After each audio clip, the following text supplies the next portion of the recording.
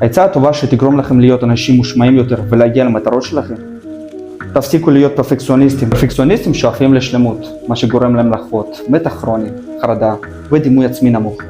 ואז הם ממשיכים להתעקש על כל פרט ופרט עד התוצאה המושלמת עבורם. הרבה יותר קל לאנשים כאלה לא לעשות כלום, מאשר לקחת על עצמם משימה ולהשלים אותה.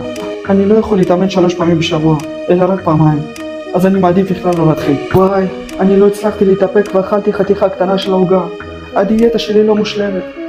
איפה שאר העוגה? מזג האוויר היום לא אידיאלי.